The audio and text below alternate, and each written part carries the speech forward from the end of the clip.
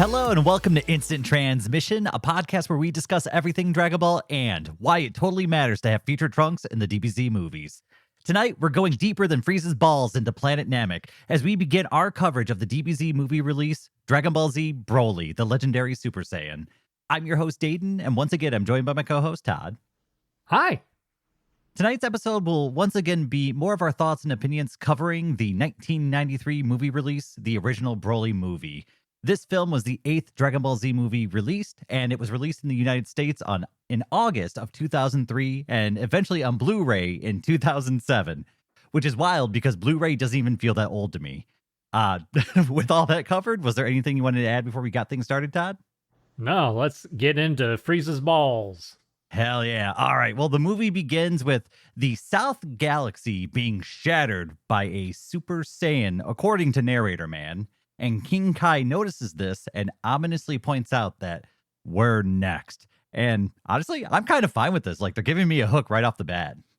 I think it's appropriate for these types of movies where it's like you basically have an hour's worth of content. We need to give you the hook and get you in now.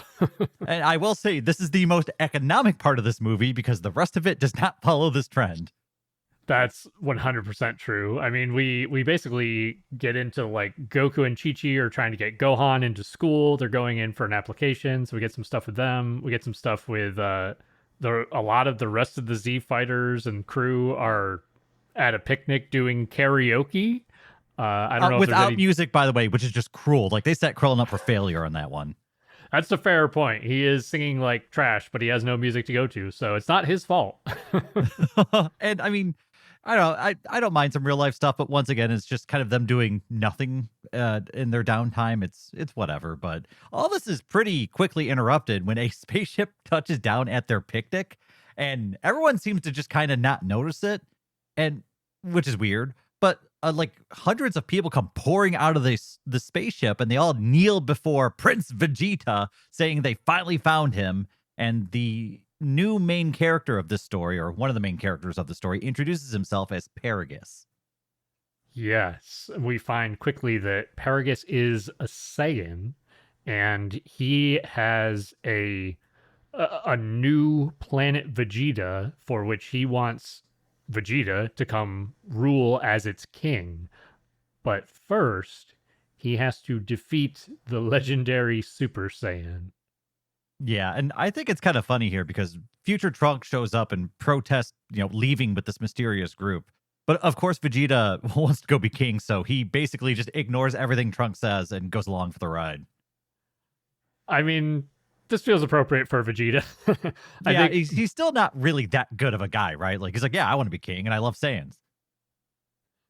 It's also like, I mean, we've already established that these movies, there's almost no way for them to fit into the canonical timeline in Dragon Ball Z. But it is kind of funny to think because we'll later get to see Gohan in Super Saiyan form, but doesn't go into Super Saiyan 2, which obviously he would have if he could have. So it's you almost have to think that this is like before they beat Cell. So I can imagine Vegeta just being like, Cell's gonna blow up Earth. Who cares? I get to be king. Let's go to New Earth or New Vegeta. Yeah. I don't know. It's pretty funny to me. But during all of this, King Kai actually kind of gives Goku the lowdown, like basically everything we just learned, and tells Goku that he needs to not care about his child's like academic future and come here now because we've got more pressing things to take care of. And after being fed a big meal, King Kai kind of helps Goku figure out where this legendary Super Saiyan is out there in the universe, and instant transmissions off to find him. Yeah. This kind of turns into, I mean, Vegeta is hauled off to this planet.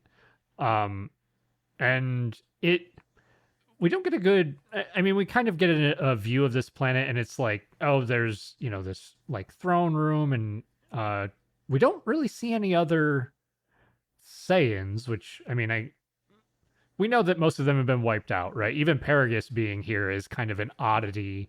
But I guess actually what I said is not true because we do see one other Saiyan in Paragus's son as we're introduced to Broly. Okay, so this cracks me up because he says, all right, this is my son Broly.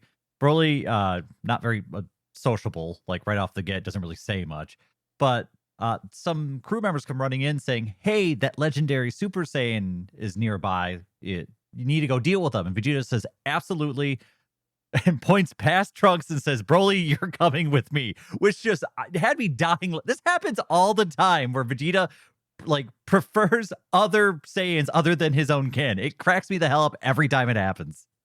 Yeah, it is very funny. There is, I mean, there's something to be said for the fact that like Trunks and Vegeta are almost never on the same page. So Vegeta's just like, screw you, Trunks. Let me take this random kid Broly with me. Um, and then I think the rest of our crew is also on the planet. We get to see like Krillin, Gohan, Master Roshi, and they're kind of like moving across the planet to investigate. And really, what they find is that the place is kind of in ruins. Like Paragus kind of sold this as like, oh, we've renewed a new planet Vegeta, and they basically just find ruins and then a bunch of really these other races that are kind of enslaved here on this planet, building buildings on this ruined planet.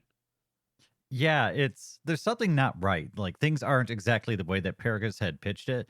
I personally didn't really think that this was too much of a tip off because it sounded like Paragus rushed to find Vegeta because of this threat.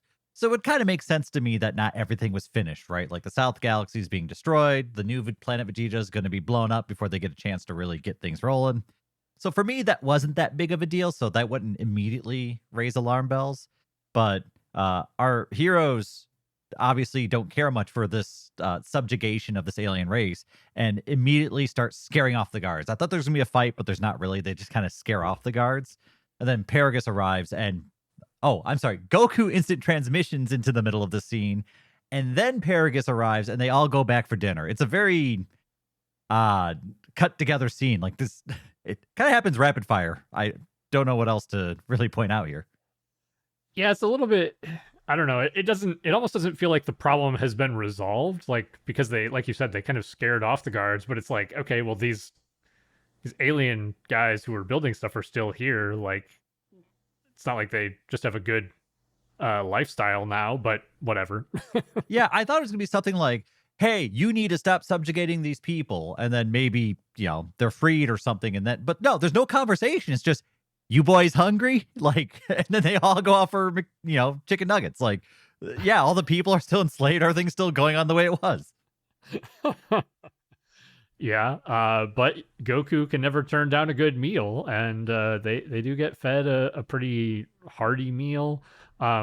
We kind of cut to Vegeta basically not finding anything at the end of the day, and Goku gets to meet Broly, to which Broly has a bit of a negative reaction running into Goku. We kind of see also that Paragus has some sort of device, and I guess at this point we don't really know what it's doing, but it looks like he's got some sort of device on his hand that connects to a device that Broly has on his head.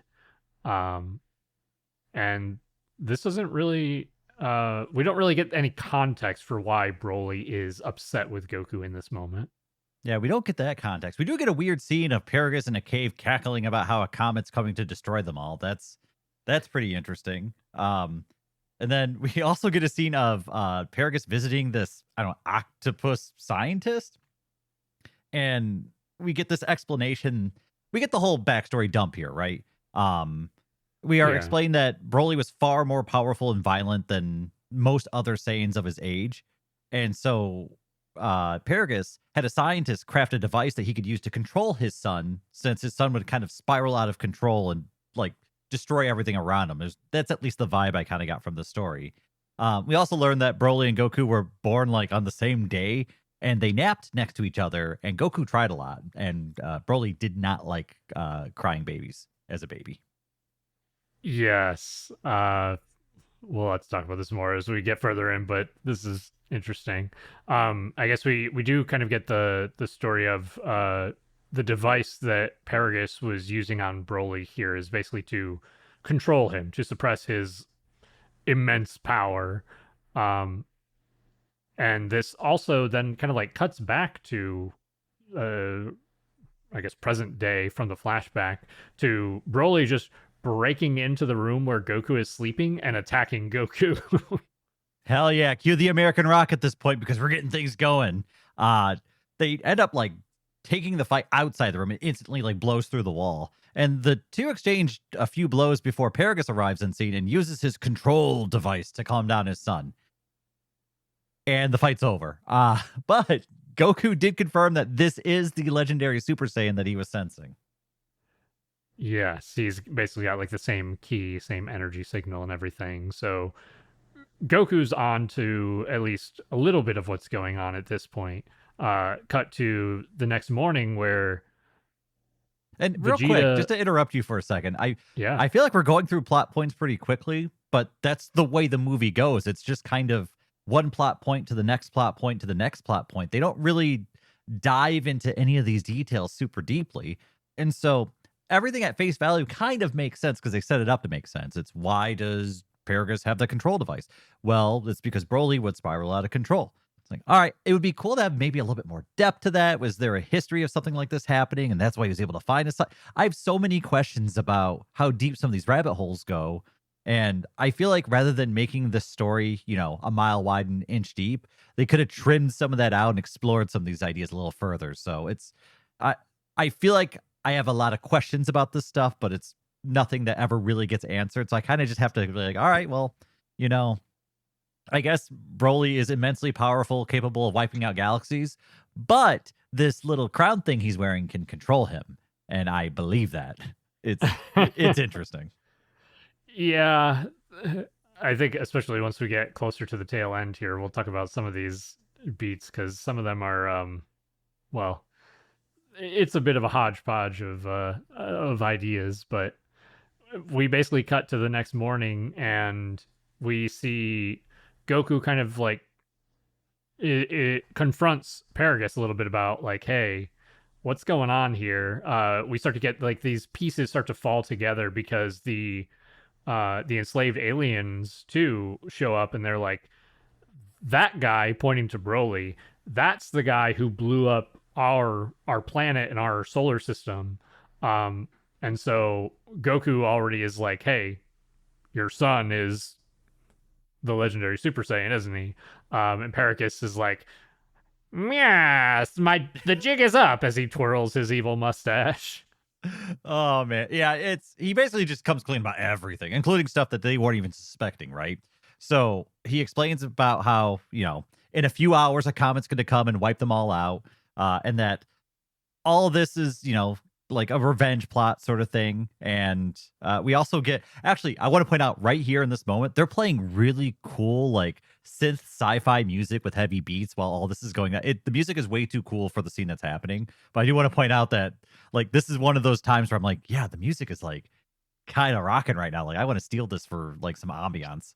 But yeah, but everything's kind of interrupted though as Paragus is explaining it because Broly just turns on the crazy and begins just marching towards Goku, repeating Kakarot like an absolute psycho. Yes, and this kind of cuts to really, I guess, what everybody is here for. As I mean, Vegeta turns Super Saiyan and attacks Broly, to which Broly just full on no sells it, and he's not even in his full like hulked out legendary Super Saiyan form yet. And when he does transform into the full legendary Super Saiyan, Paragus is trying to control him with the bracelet, but it has no effect. Broly is too strong at this point. And then he fully hulks out, and for anybody who's familiar with Broly, his muscles are massive. He's got kind of like the spiked up kind of like yellow Super Saiyan hair, but it has a green tint to it. And his voice is now more like deep and gruff and intimidating. And he is all about killing Kakarot, I guess because he cried as a baby, but he basically attacks Goku. Yeah, he's laser focused on Goku. And I mean, right away you can tell that he's raid boss powerful, right? He's basically can't be stopped as he's going towards Goku, who's barely able to hold his ground. And RZ fighters are getting knocked around. But while all of this is happening, and this is where I need your input on, Vegeta is not participating in the fight. He basically falls to the ground and starts despairing over the destruction that the legendary Super Saiyan is about to wreak on them. I so I'll start by saying I hate this. I figured you uh, would. yeah, I hate this characterization for Vegeta. It doesn't feel very Vegeta to me. Vegeta, I mean, there have been times where he's kind of been overwhelmed and kind of like given up hope, but it's once he's like beaten and battered and stuff. I think one of those instances would be like when Frieza gets the best of him when Frieza's in his final form. But this Vegeta's like he maybe got knocked away by Broly, and now Vegeta's like, we can't defeat him. The only thing that I'll say as a caveat to that is that Vegeta had been told the story of the legendary Super Saiyan his entire life growing up. So maybe that's kind of what they're trying to go for here is that, it kind of got pounded into Vegeta's head. And so he thinks that he's just unable to handle the legendary Super Saiyan, but it's not my favorite. What did you think about it? See, I felt like it was a bit much. I don't mind him, like you said, he had been told the story basically his entire life. So I don't mind him seeing it and being like, all right, well, this is the thing that I've been warned about. I have a deeper understanding of what this threat is than just about anyone else here. But at the same time, I mean, Vegeta's learned to go Super Saiyan. He's crashed through so many barriers and boundaries and has lifted himself up above so many dire threats. I could, if something like this happened, I would expect him to kind of get through it or get past it a lot quicker than what actually happens in this movie because he spends almost the entire time not helping and just kind of sitting there complaining. And it's not very interesting, right? Right. And maybe give us some more dialogue of him working through it, of him overcoming this, but we don't get much of a story here other than it's the legendary Super Saiyan he wants to give up, and that doesn't feel right. I feel like there should be more strings attached to this story than there is. Yes, I agree. Well, also this for Vegeta, this beat goes on for a long time, basically most of the rest of this movie. So we'll as that kind of turns around a little bit, we'll talk about that more too. But from here, we kind of cut to Paragus is just effectively gloating to Vegeta and telling him the rest of the reason why he's doing what he did. And it basically is that Broly was born with a massive power level. I think they say 10,000 is the power level he was born with, which is far above Goku as a baby, far above Vegeta as a baby, and King Vegeta, Vegeta's father, basically said, Broly's going to be a monster. He's a threat. We need to kill him and get rid of him. And Paragus tried to stop that. And so King Vegeta basically effectively left Paragus and the baby Broly to die. There's even like a visual of one of the Saiyans in a silhouette stabbing the baby Broly. And then we kind of see them like left for dead, presumably just somewhere on planet Vegeta, because it's also the same day as we see that Frieza blows up the planet. Yeah, and that if I understand it correctly, that's symbolizing what they expected to happen, right? But that plot was interrupted by Frieza, and that's why they were able to escape. Did I understand that correctly? I think so, more or less. And then the escape is interesting. It's basically just that Broly creates a bubble for Paragus and Broly to survive, I guess, like a key bubble that presumably they can breathe inside of. I assume it traveled to another planet or something. I don't know. It's interesting. Yeah, I mean, it's something where if you look at it, you can probably poke a lot of holes in. But at the same time, we've seen stuff like that happen with, say, like Gohan busting out of his, Saiyan pod that Raditz had him entrapped in and Sure. going to save his father. So we know that when these kids are, I guess in this case, babies, are pushed to the Yeah. extreme, they might be able to do incredible things. So I'm willing to, allow that to happen for the sake of the plot because, I mean, you need a reason for Saiyans to exist, right? Like Frieza wiped out the species. You're going to have something that's pretty amazing to keep them alive. Or they could have gone with the plot that they just snuck out or something. You could have had something more reasonable. I don't know. I would have written it differently, but I'm willing to hand wave this. Yeah, it is very much a hand wave. We basically cut back to the fight now at this point. So we've got the legendary Super Saiyan Broly, and now most of our Z fighters here are breaking out the good old normal Super Saiyan. We got Goku, Gohan going first form Super Saiyan, which we don't get to see a lot of, so that's kind of cool to see in this movie.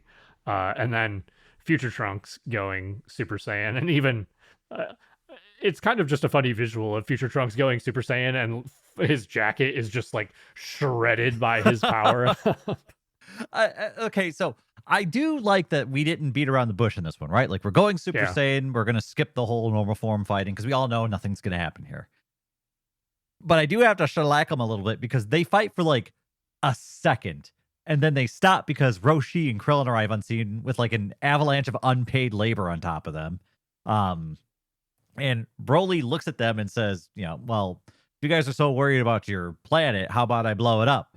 And he takes like an energy like ball in his hand and throws it at them and then curves it right before it hits them and it flies up into the sky and blows up what looks like their home planet or their new home planet or something. So it's just blown to smithereens in front of them, which, by the way, lamest looking planet explosion. If you're gonna blow up a planet, give me something good. Give me some meat. It was pretty weak. Yeah, I'm not gonna lie on that one. But I mean, I guess it's just trying to show us like, oh, Broly's evil, but this kind of turns into them continuing to fight. I believe here we get the first of many clotheslines Yep. as Broly gives a good clothesline to Future Trunks and just plows him into the side of the rock. Um, he basically hands Goku his ass, and then I think the scene that I think you said you liked before we started recording, Dayton, of him just like dragging Gohan through one of the buildings and throwing him I through think it's it. animated very well because he kind of grabs Gohan and drags him through like the outer like concrete rubble material of the building, and it's you see them just flying along as Gohan's just like held by like his face as he's being dragged across it, and then eventually he like collapses through, and you see Broly like breaking through the side, and like his arms pop up as he chases Go. It's so cool looking. Um, there aren't a lot of scenes I can say that about in this movie, but this little tidbit right here I thought looked excellent. Yeah, I like that sequence a lot too. It is hilariously followed up by a double clothesline to Goku and Trunks. Dude, he likes fighting with those forearms. Like he did not skip forearm day. He's going to use them, all right. And He's it's forearms for everybody. It's clotheslines and forearms. What do you want? Yeah, I mean they are getting a healthy dose of beefy forearms, that's for sure. Gohan kind of is down for the count. Goku tries to help Gohan, and Broly is like continuing to blast Goku over and over. It's kind of fun. I like this little like dialogue exchange of Broly just being like, "Why don't you give up?" And Goku's like, "I guess I never learned how to." There's actually a couple of tidbits in this movie where Goku mentioned some stuff that's kind of funny. So, and it's not at the cost of his character. I thought he was characterized pretty well. I agree. Yeah, there's a fun few little like little moments like that that are kind of like gag moments that feel appropriate for Goku.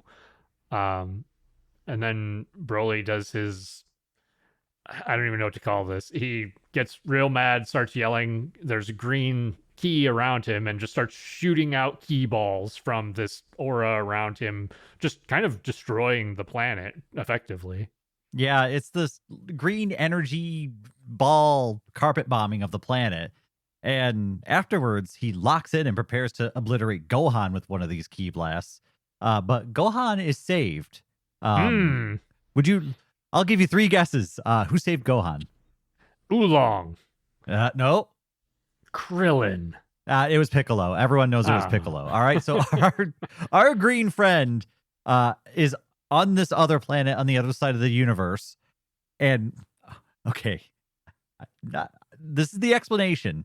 Uh he picked up on King Kai's conversation with Goku and decided to show up. And he emphasizes it's because his ears can pick up anything.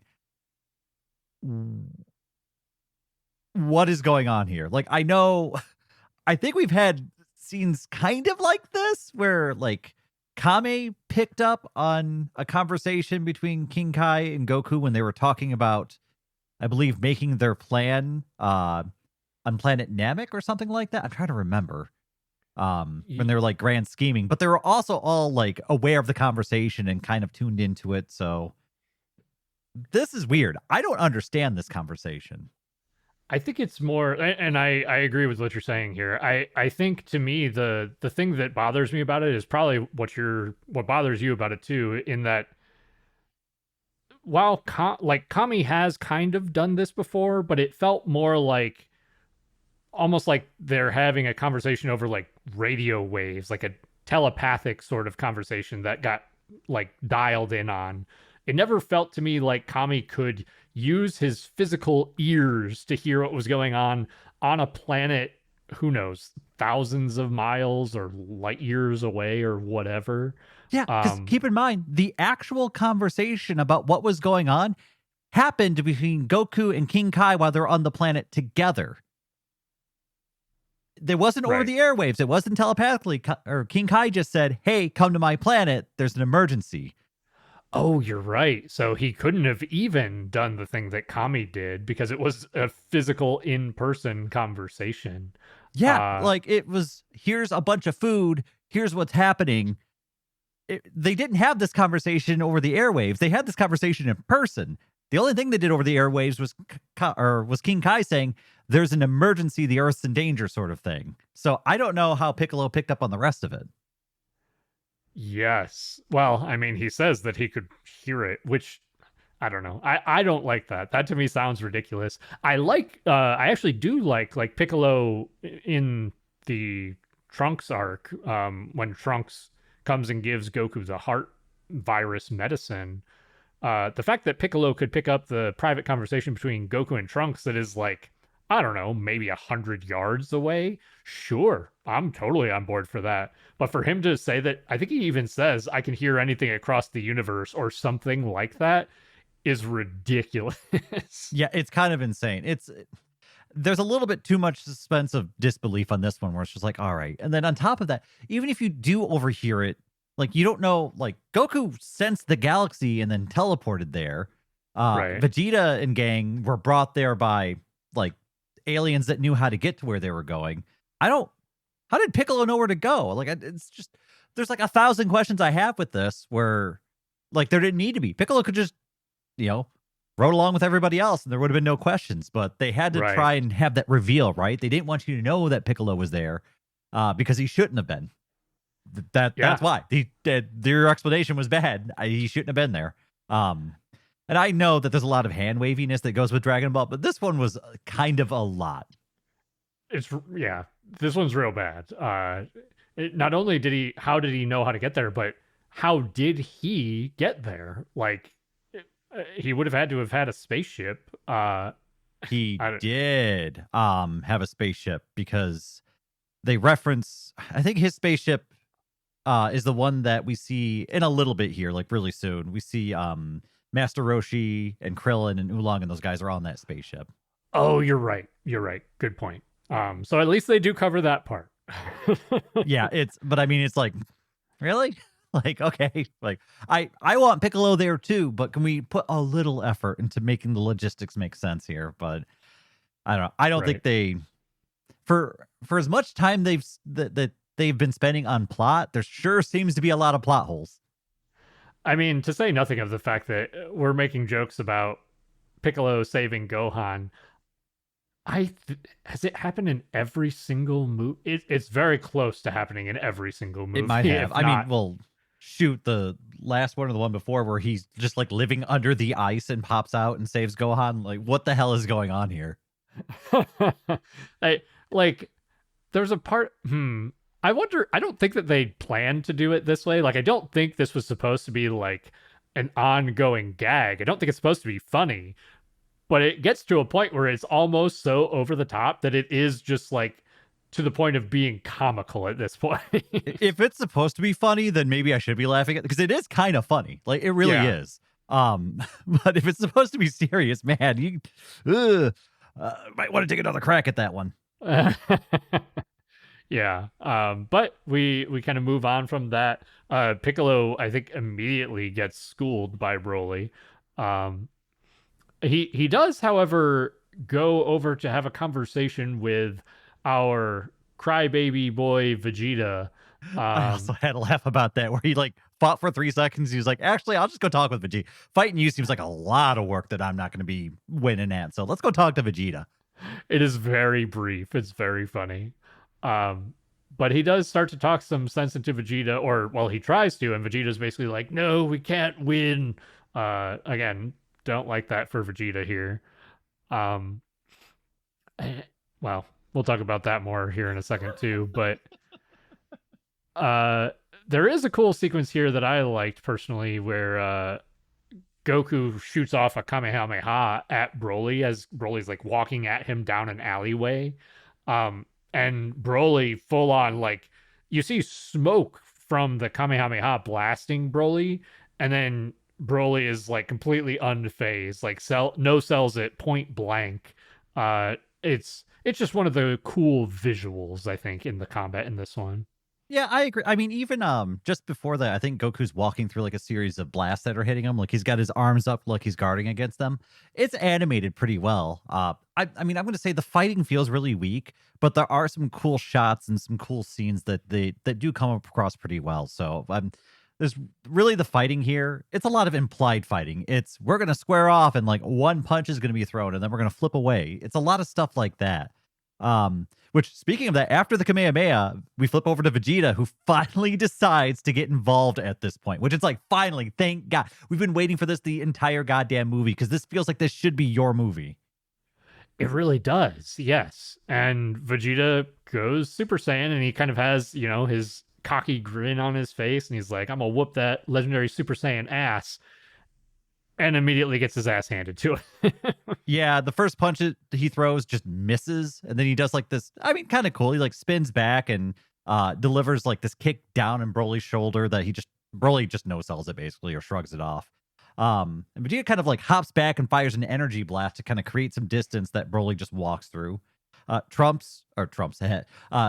Trunks steps in the way to try and save his good old dad, but he receives a good old knuckle sandwich from Broly, so he once again doesn't really do much. Yeah, and to finish Vegeta off, we get none other than Broly's signature move, a clothesline. The forearm, baby, you're getting the forearm. You get a forearm, you get a forearm. Oh, he's just dishing them out. He's just handing them out. That's right. Vegeta hadn't gotten to eat that forearm yet, and he sure does as he gets blasted into a mountainside or a rock or something. So I like the next scene though. I like this scene a lot actually. Where Paragus, like we flip over to Paragus, who's like, all right, everything's set up. My crazy son, who I'm not that crazy about, is fighting the person who I have this grudge against. The comet is about to hit the planet. They're all about to die. I'm going to jump in the Saiyan pod and peace out. But apparently Broly isn't too busy, so he notices this happening. Which the sequence I dislike, but the actual event I think is cool. And we see him actually grab like Paragus's pod, and he's cackling and smiling the whole time, like, where are you going? And he begins to slowly crush it. And we get the scenes of Paragus sitting in the pod, and we see like the metal start jutting inwards and closing in on him. And it's pretty freaking metal. Like he crushes the pod inward and then he takes it and he just hurls it into the comet heading towards the planet. I think this is metal as hell. I actually like this quite a bit too. There is a little bit of an oddity in that he was just like Broly was just, handing Vegeta his ass and also fighting 4 other guys. Yeah, well, they're sleepy. So he just, decides to come over here and see what Paragus is doing. But the fact that we did get to see him fully just crush this space pod with his hands, and I think Paragus even says, like, what a way to go out, like being crushed to death by my own son. There's a lot here that I like, especially after we didn't get a ton of it, but Paragus has been controlling Broly and using him as a tool for his own revenge, basically. So I kind of like the poetic justice that gets delivered upon the father in this moment. Yeah, and I mean, honestly, this is just one of those ones where a little bit more attention to like the timeline of events could have been. You could have solved this easily. It could have just been out of the corner of his eye. Broly notices the pod beginning to launch or whatever, and he goes, "Wait a second, you know, forearms for everybody. You all sit down. I need to go deal with Dad real quick." Like it's absolutely something he could have been able to do, but like I said, the sequence of events just they don't explain it very well. It doesn't feel right, but I love this event. But after this event, guess who marches back on this? It's Goku. It's the main character. Goku marches back onto the scene. He's all bloodied and bruised. And everyone sees that, yeah, like we're all side characters, right? We all agree with that. And so they all tap out and begins tossing their remaining energy over to Goku.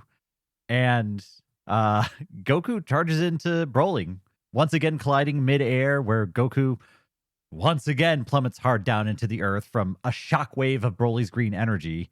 And we get this like kind of repeated scene where Goku keeps standing up and getting beaten down by Goku. Like it happens like 3 or 4 times. Yeah, Goku's getting beat up by Broly here.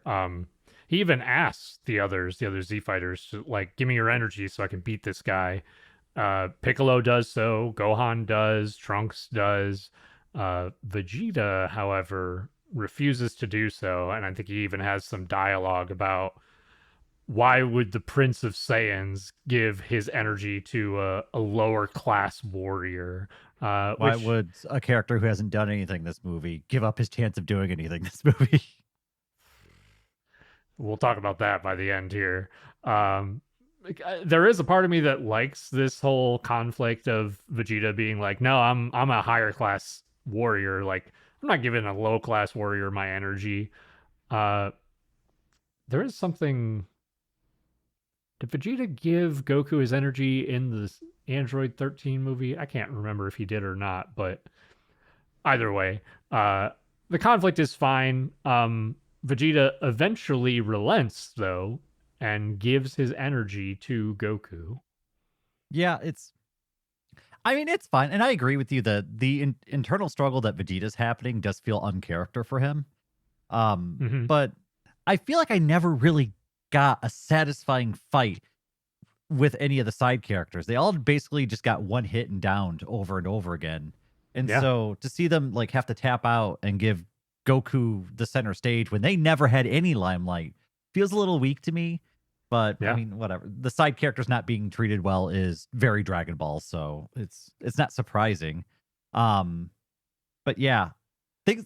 Okay, let me just finish out the scene because there's a lot of things I want to talk about here. So Goku gets this remaining energy from Vegeta, right? And this is obviously what's going to turn the tables. And Goku delivers. Now, I thought this line was a little awkward. He says, "Your hour has arrived," which just feels weird coming out of Goku's mouth. And the two main characters of this story, they charge each other. Goku delivers a gut punch into Broly that explodes him, and Broly's defeated. This felt weak as hell to me. Like it didn't look good. It wasn't interesting. I thought this was such a cop out for the climax of a giant fight with the legendary Super Saiyan. I don't know. How'd you feel?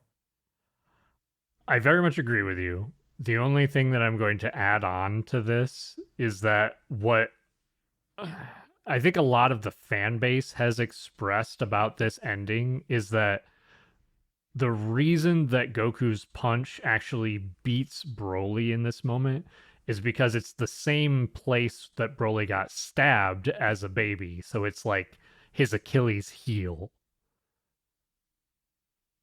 Oh. There's nothing in the movie that indicates that beyond showing Broly getting stabbed. So it's kind of like fan canon, I guess. Yeah, I mean, Was there even a scar on his belly? Like, was there anything No. to allude that? Okay, so no, yeah, that's a fan theory. And I'm unfortunately not going to give a movie any credit for a fan theory. That was straight up bullshit. That should have been better. Even if that is like how he goes out, give me some fight before that though. Like, Right. there's no back and forth. It's just Goku getting beat up over and over and over again until a weakened Vegeta passes on his, spirit energy to Goku, who is now strong enough to one shot KO him. Like, it feels really weird. Very. Um, and like if you're gonna have something like that, you've got to give me some build up or allude to it somehow. Leave some breadcrumbs for me to follow because I'm just looking at this like this is bizarre. Like, I don't know how to feel about this. Also, how many times have other characters gotten stabbed and maimed and like all sorts of horrible things happen to him and they don't have a weakness like that? Yeah. Yeah, it's true. I mean, there's something that could be said about like, since he was a baby, like it developed as a weakness or something. If It's there's one thing we know about young people, it's that they don't recover as well as old people. yeah, it, it's like a fan theory or fan canon. I don't think that it's super strong, but it is better than what we get, I guess, in the movie. If you're like, okay, well, yeah, he got stabbed as a baby. Sure, he's got a weak point. It's like, truly like Achilles being dunked in the river Styx or whatever it is. Um, but yeah, it's I don't know. I guess let's talk about like the very tail end, and then we'll kind of talk about the movie as a whole because Yeah, because I mean the like once Broly is like, punch deleted, there's about 30 seconds left. yeah, We see the comet hit the planet, everything explodes. But somehow, like out of thin air, the Capsule Corp pod spaceship that Piccolo had arrived in, like pops into existence with all of the unpaid labor also inside of it. So I think it's kind of alluded that Goku may have used the instant transmission to save everybody. I think. they make that same sound effect, right? Like, and then it's a Capsule Corp pod, so it almost is like they popped the pod open and then Goku instant transmissioned into the space pod. Like it's very weird. It's another thing though that sure we can hand wave it. Yeah, but there's a lot of hand waving in this movie, man. But yeah, uh, everyone's saved. Goku decides that everyone can just fly their asses back to Earth or something, but he's going to take his son and just teleport back and cut out that time. So he pops back up. There's a joke, and the movie ends. I think. Did I miss anything? That's pretty much it. Okay. uh All right. So thoughts about the movie overall, which I think I kind of got into a little bit towards the end here. There's a lot of plot in this movie, but it's not it doesn't feel very cohesive. It feels like every plot point is kind of independent of each other plot point. Like, well, he has to control Broly using this. Like, okay. And then there's like no other story that really happens around that, or just like Broly saved me from the exploding planet, and then we hung out somewhere. Like, what were you guys exactly doing? How did you live? Like, I want to know more. Actually, a lot of this stuff is actually explained by the new Broly movie, which goes into a lot of detail that I didn't realize how much I actually appreciated. So, if anything, this old Broly movie makes me appreciate the new Broly movie even more. Yes. And I mean, there is something to be said. Like, this Broly movie had, I believe, zero involvement from Akira Toriyama. And the new Broly movie was, I believe, pretty much fully written by Toriyama himself. And also, Toriyama, it's very clear that he used the original, this Dragon Ball Z Broly movie as a kind of like a scaffolding for his story and his version of it. So yeah, it certainly made his job easier because he already had kind of like the skeleton there to just put some meat on the bones. But the Super Broly movie is a big improvement on this one. And I think I need to point out too that I haven't seen this movie until now. This is my first time seeing it. So I saw the Super Broly movie first. And so I have that as kind of like that's my base. And that's one of my favorite Dragon Ball movies, like full stop. It's either number one or number two. I haven't decided yet. It's that damn good. And so when I walk into this one with Broly in the title, I'm kind of expecting to be wowed a little bit more.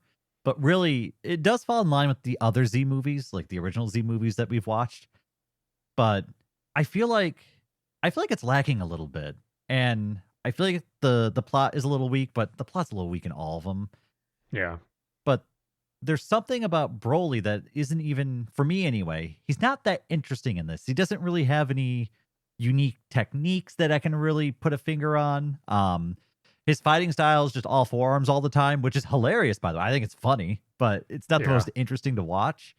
And even his character's personality is not really existent. Like he doesn't really give me anything to work off of. I don't even really remember what he sounds like at this point. And I watched the movie a few hours ago. So I don't know what to walk away with other than this just feels like a kind of average Dragon Ball movie that had a couple good points and otherwise felt like it could have used just a little bit more oomph. Actually, to its like to Credit? its dismay, it's longer than the other movies. And I think if it was a 45-minute movie and they cut out some of the stuff they didn't need, I might have liked it even more. I agree. I think we both talked before recording that the start of this is slow. Like it feels like it takes a while to build up to the primary conflict. The actual plot for our bad guy is just kind of convoluted, like this fake planet Vegeta and all this stuff.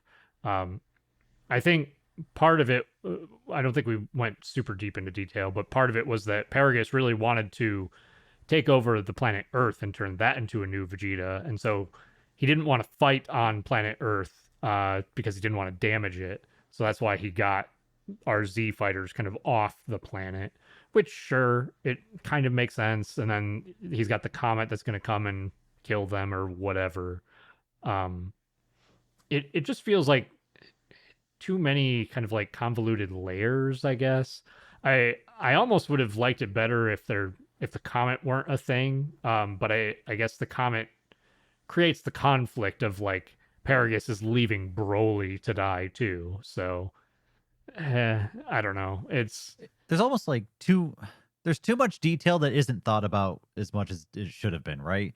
Like honestly, if you explain less to me, I probably have less problems with this. If you just came out and said, right. "Hey, give me the plot about how King Vegeta had ordered Broly killed," and just kind of leave all the other details out of there, where it's just like this is just a revenge plot. I just want to get you out here to get my son to kill you. Cool. All right, that wraps up the whole thing for you. That makes sense to me. Like I lured you out here so that way I could watch you die. And sure, you could even keep the comment if you wanted, where it's just like this was a failsafe in case if Broly lost, I would still have my vengeance.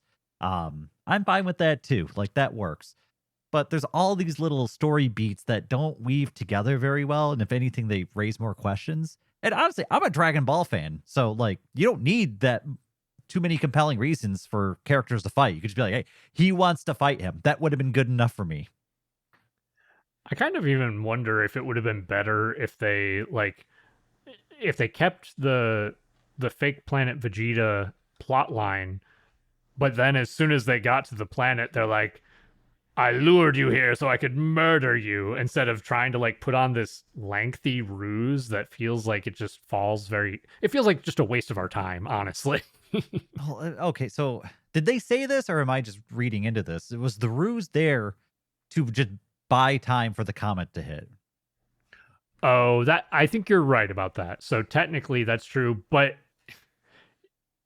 I mean, it is you're writing the narrative. Did we right? need that plot? Right. You could basically just be like, "Oh, comet's gonna be here any minute. Bye." Yeah, it's like that. We didn't need. Yeah, I'm sorry. I'm just struggling to like go through all these little story beats and figure out if they're necessary or not, because it just doesn't feel like they are. And on top of that, I really want to talk about Broly as a character himself too, because this is probably going to make a lot of people unhappy. I don't find Broly to be that interesting of a character. I put him right up there with Jiren, where they are very, very forgettable to me. It's neither of them really have personalities. Neither of them really have like fighting styles. Like there's no like martial art moves or anything that I can really point out. And there's no like special techniques that I can really point out that is unique to them. So unfortunately, Broly just kind of feels like Jiren just, before Jiren.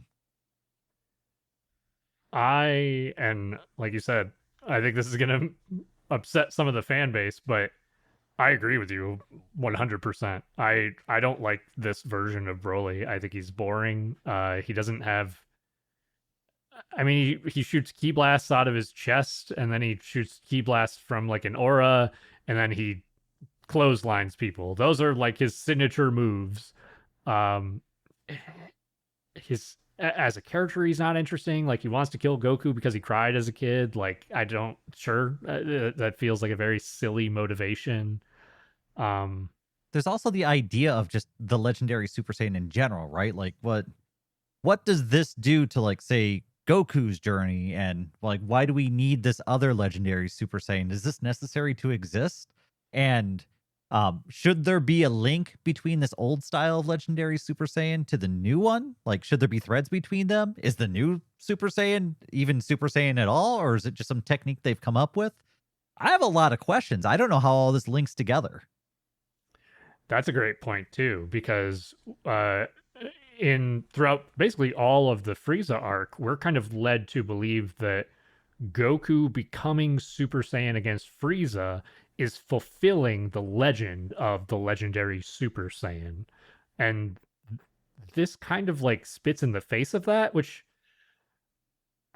I'm on surface level, I'm not a fan of, period. But I think kind of like what you're saying, Dayton, in that if they wove that into the narrative more, I think I'd be more okay with it. Like maybe the Super Saiyan that like Goku and Vegeta and Gohan and Trunks have is like was passed down from like the legendary Super Saiyan in some sort of, watered down bloodline thing or something like that. But give us something more to work with here. Yeah, yeah. I think I mean, you kind of explained how I was feeling perfectly too, where I don't like this on a surface level, but I'm not automatically against it because it exists. I need this legendary Super Saiyan thing to be explained to me a little bit more clearly on what it is and how it works and in a way that doesn't pull away from Goku's transformation. Because right now it does kind of Super Saiyan, I mean, gosh, at this point, Super Saiyan doesn't really mean much anyway. Like they're just handing Right. Super Saiyan out like it's candy. But I look back to that moment where Goku first went Super Saiyan, and it's one of those things that kind of cheapens that moment a little bit, which is arguably the most iconic moment in all of Dragon Ball. Yes. And that, I mean, anything that cheapens that moment is I'm not going to like. So And I mean, this this definitely is just one does. of those Z movies that came out in the 90s. So maybe, maybe we're reading too deeply into it and we need to just turn off brain and enjoy, which I think I've said that in a few other movies where sometimes you need to just not overanalyze it and just enjoy what's on the TV. Cause, I mean, it's not really canon anyway, right? Like this movie Right. doesn't, we can't take it too seriously because it doesn't actually really exist. So we shouldn't bludgeon it too much. But at the same time, when you spend half of your movie giving me plot points, I can't just ignore them. I do have to kind of jump into it and explore the stuff because that's what I should be enjoying. This isn't just a punch 'em beat 'em up movie. This is, hey, we're going into plot, we're going into backstory, we're going into lore. Okay, well, I'm going to see what you guys are presenting me because what am I supposed to do? Just ignore half the movie? Yes. Yeah. There is that funny parallel of this movie too, in that this movie and the Dragon Ball Super Broly movie, both of them are basically the first half is just plot and narrative beats, and then the second half is basically a fight. But the Super Broly movie, both the story and the fight are just significantly better. Yeah, the super movie is just it's so excellent. It's so well done. It's definitely a perfected version of this. It's also you can tell a much higher Yes. budget version of Oh this. yeah. And I can't I can only criticize them so much on some of the fighting animation and stuff because you know that these guys were pinched for budget and time just trying to get something out the door. So I'm not gonna shellac them too much for that, but I will point it out that you released a movie. I mean, shoot, this thing came out on DVD. Like, why would I buy this DVD? Like, I'm not convinced. And I think I've seen around that a lot of people like this movie. And unfortunately for me, I actually thought Cooler was cooler than this guy. So I would rather watch the Cooler movie again than I would uh Legendary Broly. I don't know about you. No, I'm the same. I really, this is one that even when I was younger, when I watched this for the first time, probably as like a teenager, I was never like I thought it was fine, but I was never in love with this movie or the character Broly. And this version of Broly is really well liked amongst the fan base, and I can only assume it's because he's big and strong. And Dayton and I were talking too a little bit about. I feel like he could have been influenced by wrestling and maybe even like inspiration taken from wrestling, but also people might have just seen him being big, strong, and kind of dumb and clotheslining people. And we're like, yeah, people in the 90s and early 2000s, especially in America, were like, yeah, he's like a wrestling guy. I love wrestling. I mean, when you pointed that out, it was like, all right, it kind of makes a little bit of sense that he's clotheslining everybody. And you're right, like he's like this big roided out dude running around. I mean, kind of doing some wrestling moves on folks. There's a scene where he's actually like jumping on Goku's chest like it's a trampoline, and I feel like I've seen stuff like that in performative wrestling. So there could definitely be some like wrestling pop influences that maybe have crept their way into the animation team for this. And I wouldn't blame them for that. If that's what they were trying to do, then there's definitely some of those fun elements in here. Yeah, yeah, for sure. I mean, if that is what they were trying to do, whatever they were trying to do here, they won fans over hardcore with Broly at the very least. But I don't know. I don't think this one did it for me when I was younger, and this one's even less so today, especially though, because we have the Dragon Ball Super Broly movie to compare it to. And like you said, it's apples and oranges. They had a lot more budget and time to work and hindsight to work on the Super Broly movie. Yeah, But and like I said, I'm viewing it with my year 2025 brain, and after seeing the other one, so I definitely see a lot more of the flaws. But at the same time, I feel like even some of the other Z movies were a little bit more entertaining than right. this one. Because I felt like I think I sent you a message when I was watching it. I was like, I'm 30 minutes in and nothing has happened. Like I want to see some punching and fighting and key blasts. Like let's get to that stuff faster next time, please. Yes. Yeah, I would definitely agree. So yeah, I think this one could have been better. It's got a couple of fun little nuggets in it. Definitely a weak like beat the bad guy moment. Um I guess at least it's not another Spirit Bomb, because Spirit Bomb gets way too much time and attention in these movies. But give us something a little bit more next time. We'll see if the next one delivers something a little bit better. Yeah, and I would love to see the trend continue of taking some of these old movies and remaking them with the current animation quality and budget that they could put into those movies because I mean, I would go see them in theater. Like that's how good that they do these movies are now, where it's like the Battle of Gods was amazing, the Broly movie amazing. So we know that the quality that they're putting out is just far and above what they used to be able to. So and there's definitely lore and potential in the Broly movie, or not the Broly movie, but in the other movies. Uh, Specifically, I like Cooler. Like take Yeah. that movie and bring it to the modern audience with modern technologies, and I think you would sell seats. People would watch it and love it. But unfortunately, man, because the Broly movie does have a remake, I don't see much of a reason to go watch the old one at this point. No, I agree. But I also agree. Give us a modern day Cooler movie, man. I would watch the shit out of that. Shredder Mask is cool. Like I'm a simple guy. See Shredder Mask, I like it.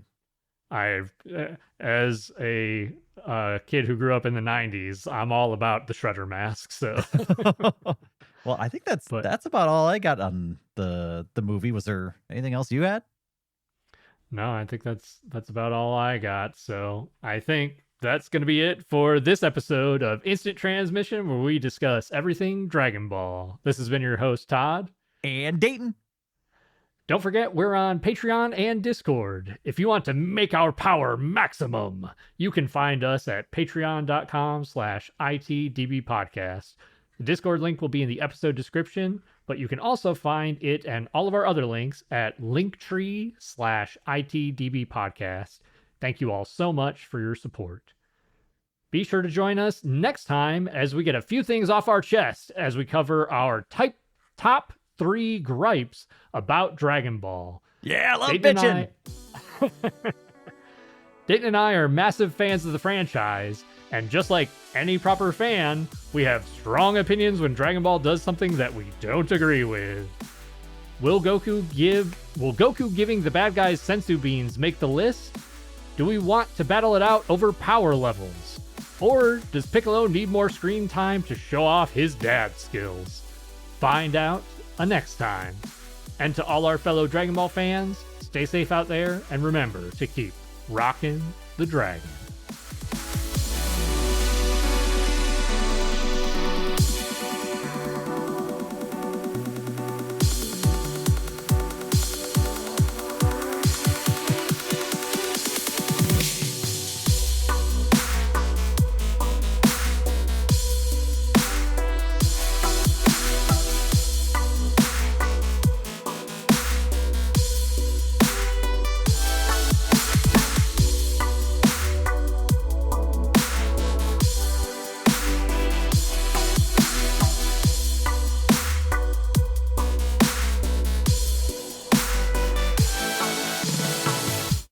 It should have been Vegeta who killed Broly. Just saying, like, just give the man a bone. Vegeta needs a W real bad, man. Real bad. Yeah, I know. He's hurting, man. He's hurting.